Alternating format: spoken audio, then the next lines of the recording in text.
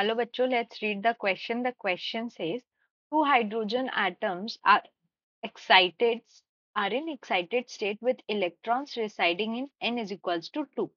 First one is moving towards left and emits a photon of energy even towards right.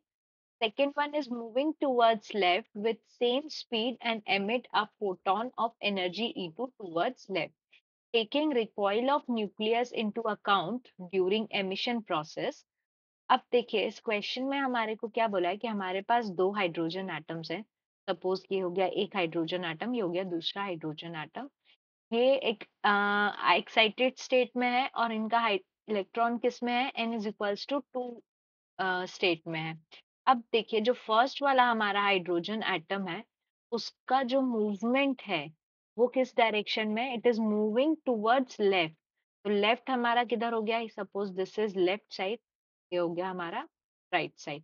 ठीक है, तो इसका जो मूवमेंट है वो कुछ स्पीड v से ये इस तरफ लेफ्ट में मूव कर रहा है, लेकिन जो इसने रेडिएशन है, फोटोन जो एमिट किया है वो किस डायरेक्शन में किया है, टुवर्ड्स राइट।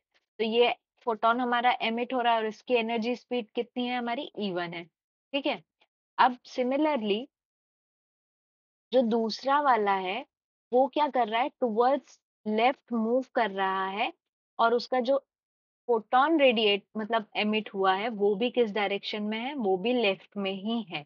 उसकी एनर्जी कितनी है, E2 है। तो अब अगर हमें ये बताना है कि E1 और E2 के बीच में क्या रिलेशन होगा if we consider the recoil of nucleus. तब देखिए रिकॉइल ऑफ न्यूक्लियस का कॉन्सेप्ट ये है कि whenever the photon is emitted, वो क्या करता है, जो हमारा एटम रहता है उसको पीछे की तरफ रिकॉइल करता है। मतलब अगर हमारा जो फोटोन अगर राइट साइड में एमिट हुआ है तो रिकॉइल किस साइड में होगा, उसके ऑपोजिट में होगा, लेफ्ट साइड में। ठीक है, ये होता है हमारा रिकॉइल। अब देखिए यहाँ पर फर्स्ट वाले केस में हमारा जब रिकॉइल हुआ तो सपोज रिकॉइल की स्पीड थी डेल वी, चेंज हमारा वेलोसिटी में कितना आया, डेल वी आया। तो दोनों वेलोसिटी और हमारा जो एटम है वो ऑलरेडी लेफ्ट डायरेक्शन में मूव कर रहा है, तो जो टोटल एनर्जी वो हो जाएगी, वो क्या हो जाएगी, ऐड हो जाएगी क्योंकि सेम डायरेक्शन में है। तो स्पीड क्या हो गई हमारी, v प्लस डेल वी हो गई।